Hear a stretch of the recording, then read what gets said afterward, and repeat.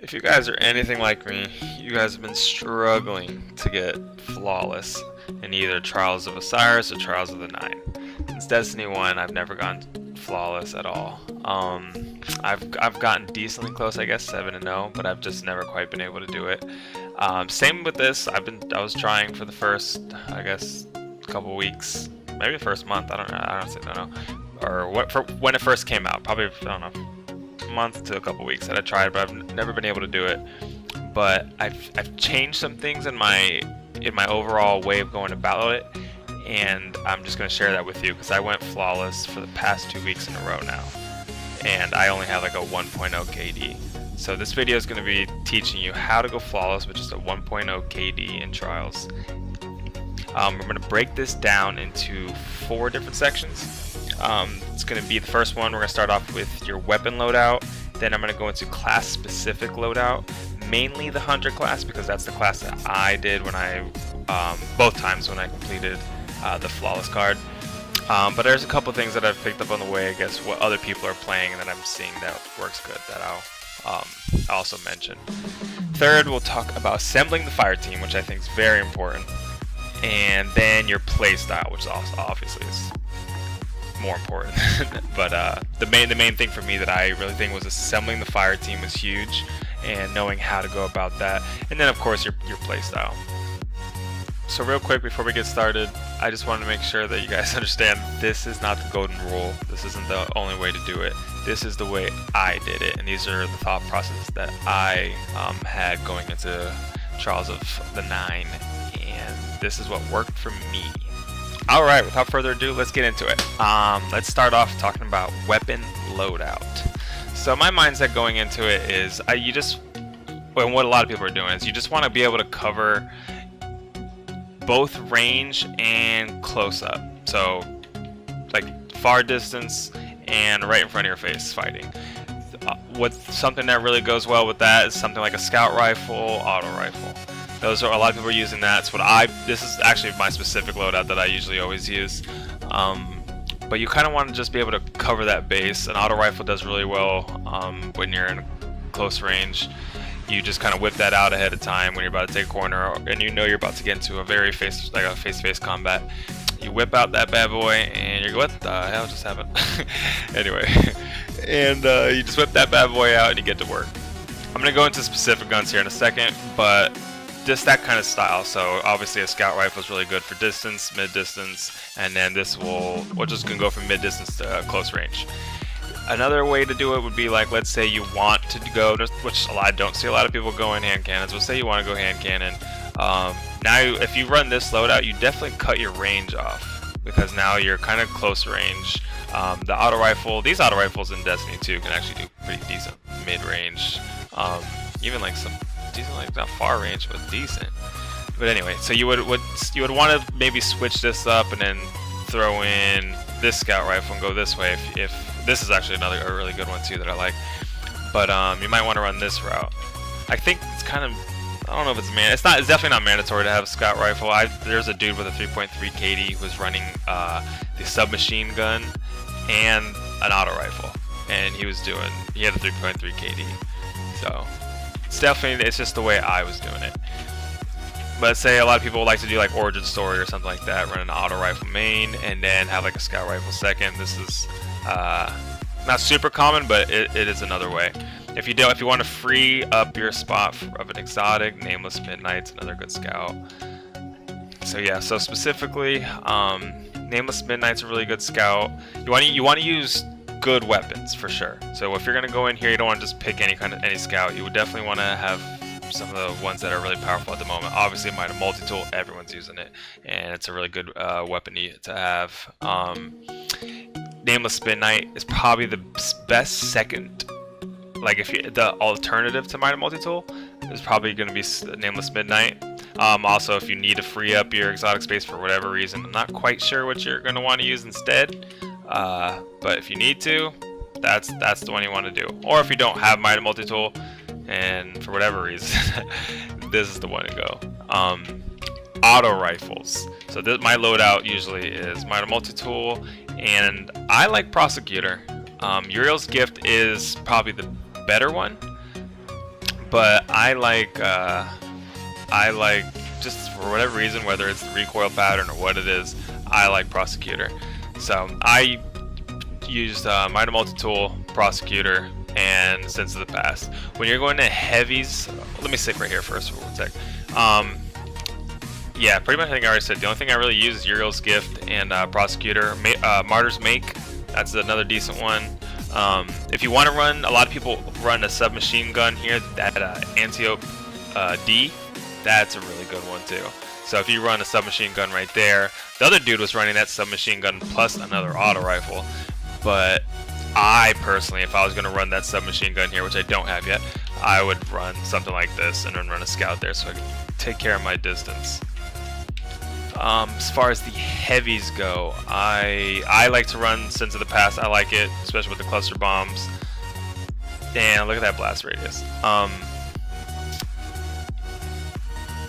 Yeah, fusion rifles, I mean, I guess you have more ammo if you pick up that, but this is just easier for me to guarantee that kill.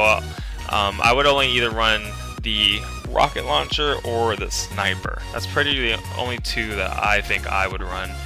Sniper rifle, I'm just not that confident in like I used to be in Destiny 1, just because it's a heavy, and you don't really get the ammo all that much to be practicing with it. It used to be a secondary, and you had something like Icebreaker, and it was just recharging ammo all the time. You didn't have to go pick it up or wait for a heavy spawn to drop before you had ammo and then use only it a couple times. I definitely don't feel confident on it, but the Long Walk is a good sniper. High impact, so you can snipe people out of their supers. Range, usually if it's a high impact that I've seen, the range is kind of up there too. So Long Walk is a good one. There's a couple more, but that's one that I like. But I pretty much stuck with Sins of the Past when I was playing, and this would be my direct loadout right here.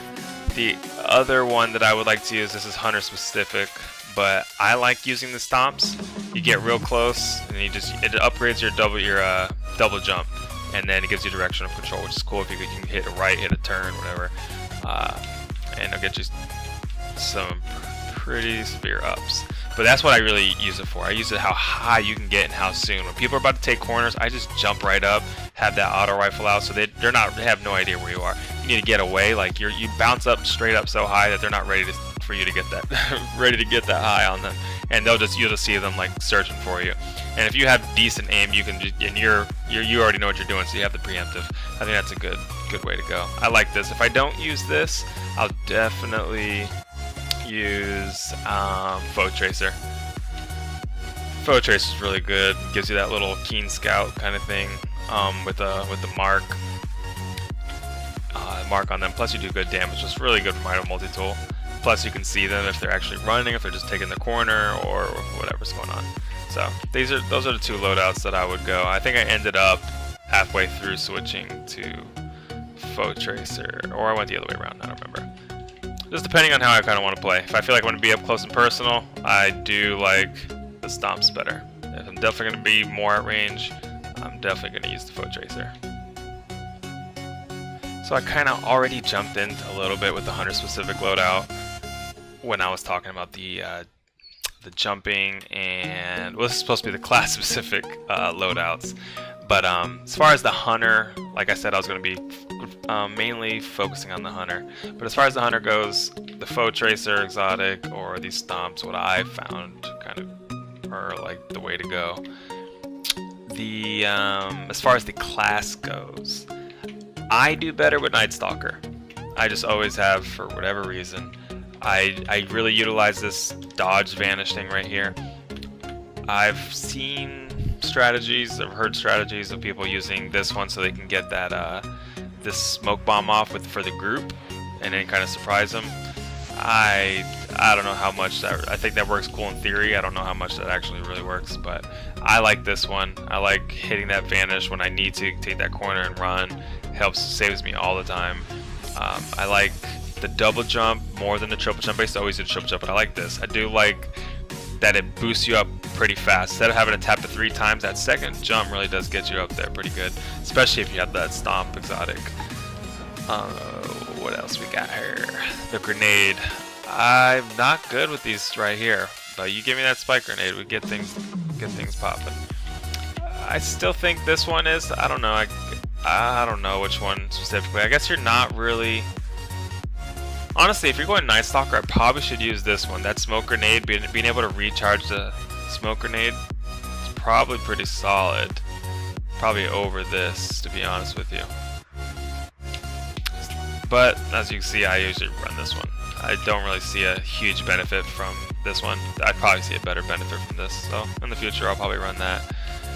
That would be my loadout specifically. I think a really solid loadout. I don't really see too many Arc Striders.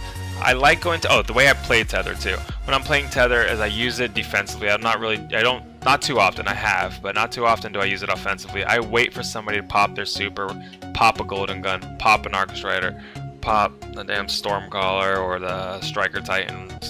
I wait for them to pop their supers, because usually people will preemptively pop it right before a corner, and then they come out and just start doing work. And right when they do that, I pop my Tether. And right when I do that, stops them, brings them out of their super, and you get a kill.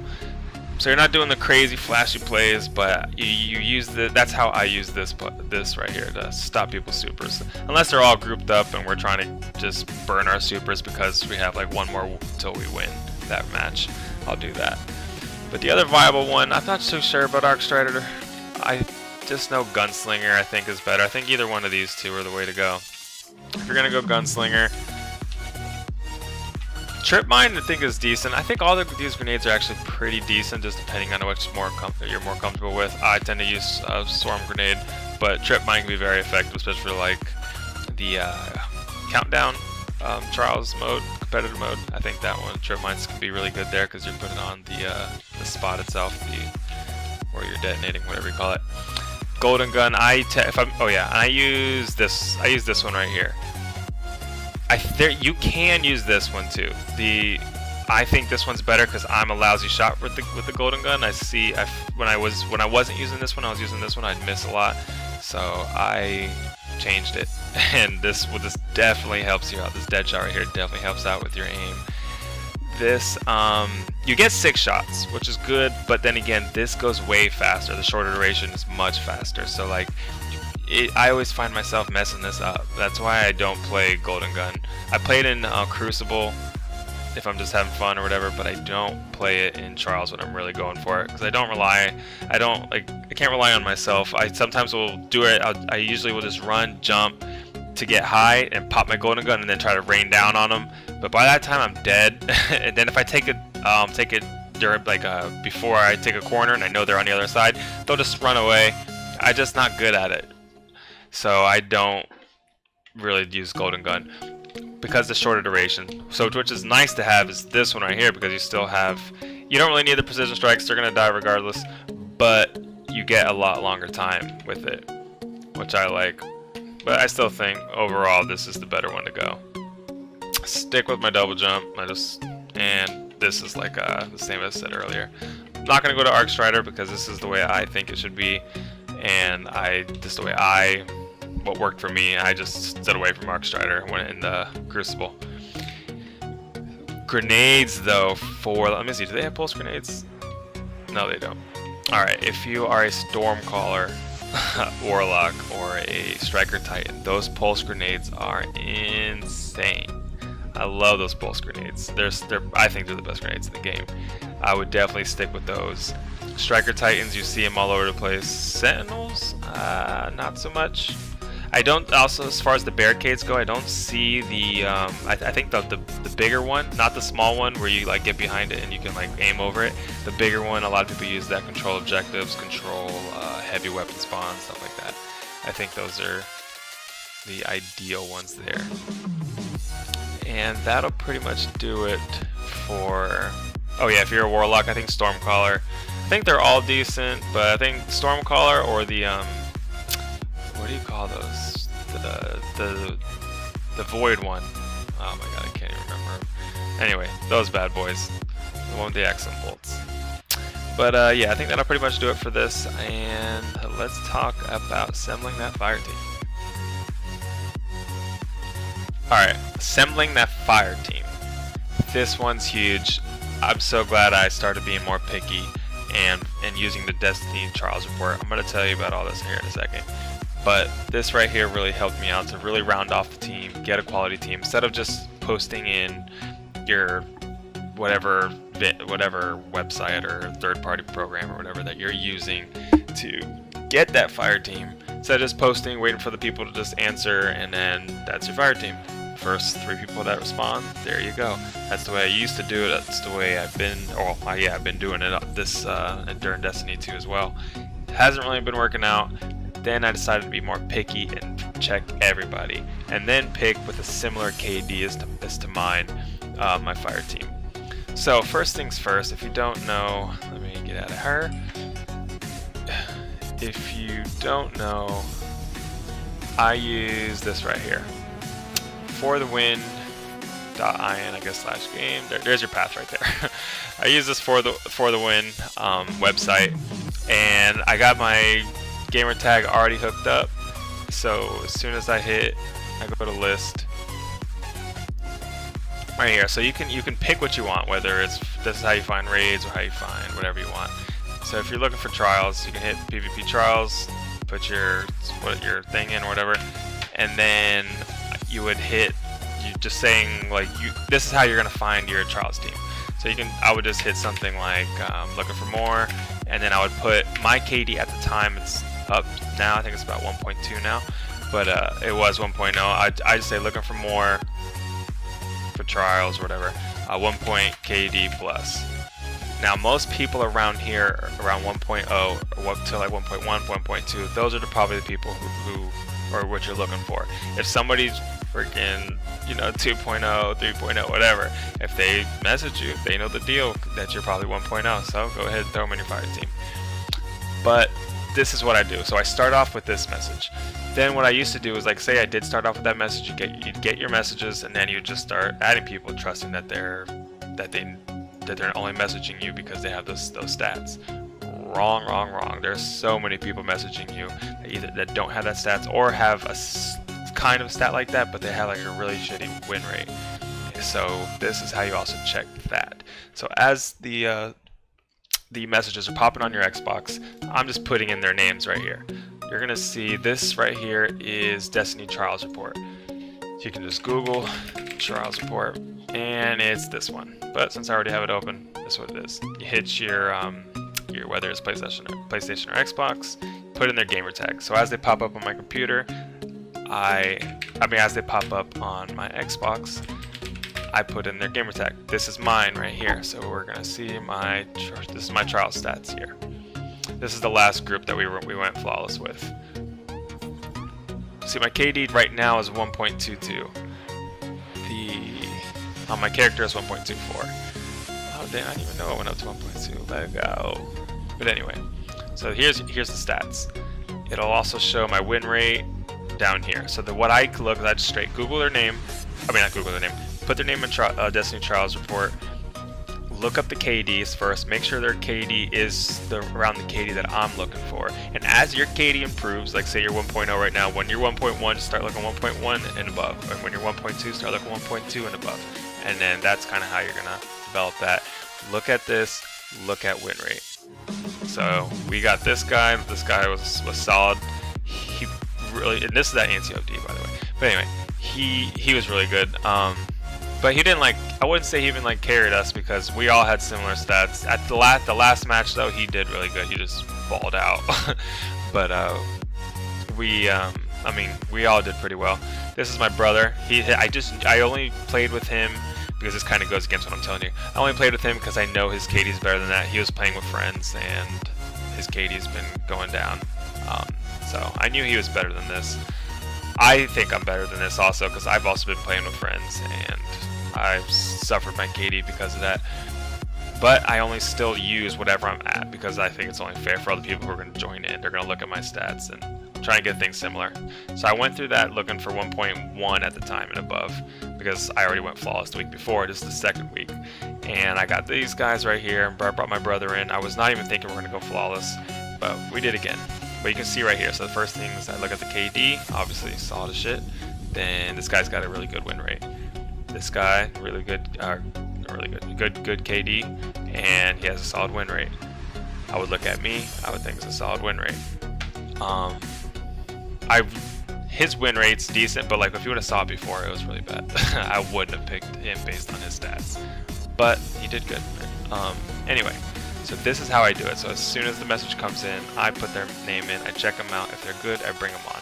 The important thing here is to check both the KD, check the win percentage, and then just be patient. Keep talking in your party chat. Make sure that they know that what you're trying to do. You're just checking their stats, making sure you get all good people, and then they'll usually be patient with you. Yeah, and just keep going about it that way. And this is how you can kind of definitely get people around your skill level or even better. And this is a good start to going flawless. Alright, lastly is your playstyle once you're actually in the game. Once you're actually playing Trials of Osiris, what is some tips that I can give you? Things that work for me. First one is is communication. You need to keep a constant line of communication with everybody in the fire team. You want to be calling out anything you can. You want to call out where you see them, where do you think they're going. You want to call out flanks. Keep an eye on your mini map. Watch if you see something that looks like they're about to flank you guys, or they're about to rotate around or whatever. If you see like two reds splitting off and you know they're breaking off on both sides, call it out. You can call out rocket ammunition as well. Like if you know they picked up a heavy and let's say they shot one at you and you jumped and missed it, or if they killed you with it, just say they have one left. Say they used it. Say because your team might not have saw you. Maybe you took a corner and you're on a different part and he killed you with a rocket. Let your team know, because then they can just focus on dodging that rocket and they know they don't have another one to use. Because I think you only get two when you pick up a heavy. So that's an important thing to learn. Little things like that. When you're let people know when you're up, when you can get revived if you died, because they will forget. Like they're not really paying attention to you. They're so focused on the game. I noticed that a lot. They will most of the time people are coming, but every now and again people are so focused on their position and enemy's position that they're not even thinking about you anymore. So if you can get a safe revive or whatever, just call for it. Also, while you're dead, if you did die, keep calling things out. Stay on your little orb. You can also hover around, but most people are seeing what they can see anyway. So I think you provide a better, you provide more information if you just stay on your orb and just kind of rotate, see where they're going, and then call it out. Say he's on my orb, he's running towards this, he's running, or he's going to set the charge, or whatever it is, or there's two on my orb. Because then let's say if there are two people on the other side of the map, or let's say they're all three other teammates are on the other side of the map, and they see some red close to them, they know that there can only be two people near them, so they might just go ahead and just go balls deep and fucking kill those guys. Little information like that, so you can keep the line of communication going. Stick with your team also. You want a team shot. You wanna call out. You wanna call out anything. You wanna focus on team shot. You wanna aim down sights with your minor multi-tool. Aim down a certain area that you know is gonna be that's like frequently passed by enemies, whatever. You know they're gonna show up there. Just everybody get down there, aim, and you can just try to take them out in just a couple shots because everyone's team shotting. You want to stick with them.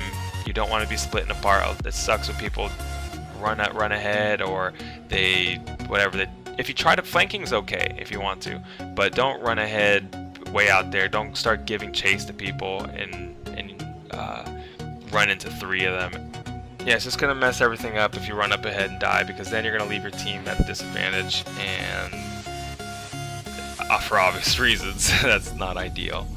You would definitely want to, if you die, you want it to be for a reason. You don't want to just give free kills away, because more often than not, you're gonna lose that round. Your team can still pull together, but most likely, it's just not. You're just by sheer numbers, you're gonna win more if you just manage to stay alive and not die for stupid things. If you die, let it be because somebody outplayed you or whatever, or you got team shot in the middle of like a 4-on-4 or something like that.